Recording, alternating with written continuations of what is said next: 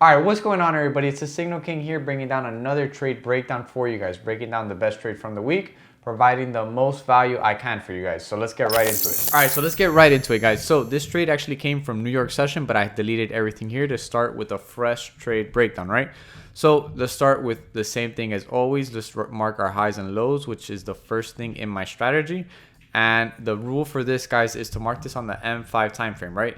So the first thing you're going to do is, if we're trading on Thursday, which is this day right here, the high and low is going to be coming from Wednesday's price point, right? It's going to be the highest and lowest point between Frankfurt to New York session. So we're going to go ahead and mark this right here as our high of day. This is our high of day right here, And then now we're going to mark our low of day, which is the lowest point between Frankfurt to New York session, which is this area right here. This is the low of day.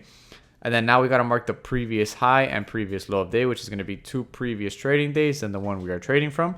As you can see, I just marked this right here, and you can see how specific these areas are. Price will respect these areas and use these areas throughout time. So now the previous high and previous low of day is going to be two previous trading days than the one we are trading from. So if we're trading on Thursday, it's going to be the highest and lowest point from Tuesday, which is two previous trading days. And same thing, the highest and lowest points between Frankfurt to New York session. So this is our previous high of day right here. And then now we're going to mark our previous low of day down here. And then now the next thing that we do is a top-down analysis, right? So we could start on the weekly. We could take this off. And looking at the weekly, let's see what we are working with and what price is doing right now. So right now we could identify this, right? On the weekly time frame, price pretty much, we had this big bearish move. Price gave us a bullish move here, filling the voids to the upside, right? But this is not random, because price here on the way to the upside is using areas of supply in between as areas for pullback. Notice this previous contract candle, which by definition is an area of supply. Price used it here for a nice pullback. Price continues to the next area, which is right here. Price uses it for a pullback. We continue to the next area. So you can see that price is using areas of supply for a pullback and continuing to move to the upside. So keeping that in mind here, we could identify that price is currently at this weekly demand right here. Once we break past this area, we got to find demand to the left.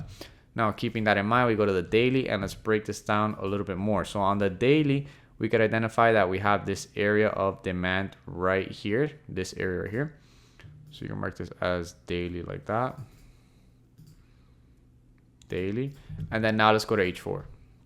On H4, we could identify this right here. H4, let me mark this like this. So you have the daily, and the H4 demand would be this one right here.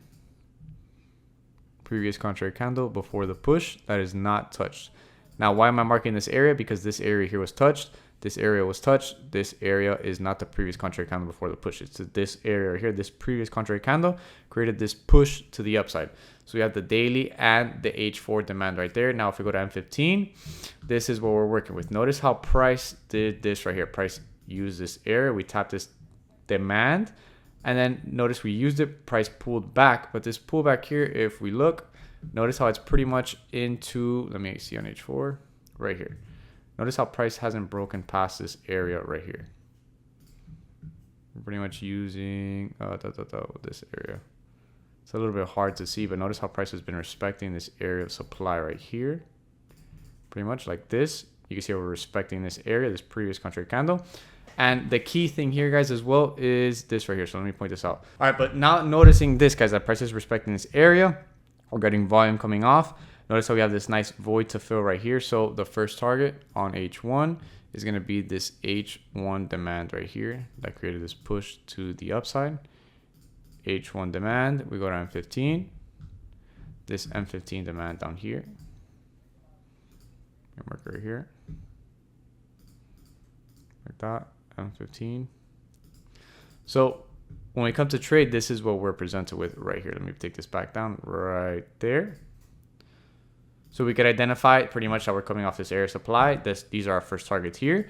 Now we just need an entry confirmation to take us to the downside, because notice how price is coming off this area of supply, and then notice how we have this nice void to fill right here. So it's very likely we're going to break past this area and fill this void right here, right? So now we come to trade and we sit down.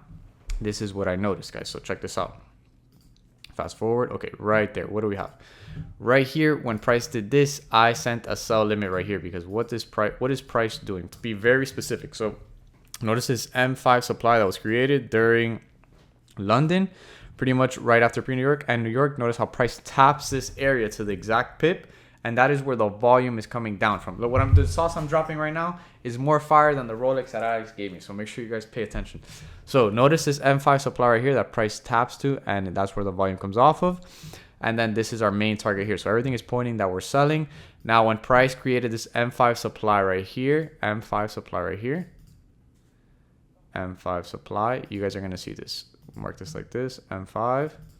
And then we have an M1 supply in confluence with the M5. So we have M5 and M1 in confluence. That's the one that created the push in our session off of the previous high of day. So I sent a market execution right here. I mean, not a market execution. I sent a sell limit like this, guys. A sell limit looking like this. And then notice how price did not tap this area by 2 pips. And that's where the volume comes in from. But let's break this down a little bit more, right? Because this is not random. Okay, so notice how price pretty much didn't tap this area here on M5 and M1. But if we go to M15, you guys are going to see what price actually did. Price tapped it on the M15 right here. So keeping in mind that price tapped the M15, we didn't use the M5 or M1.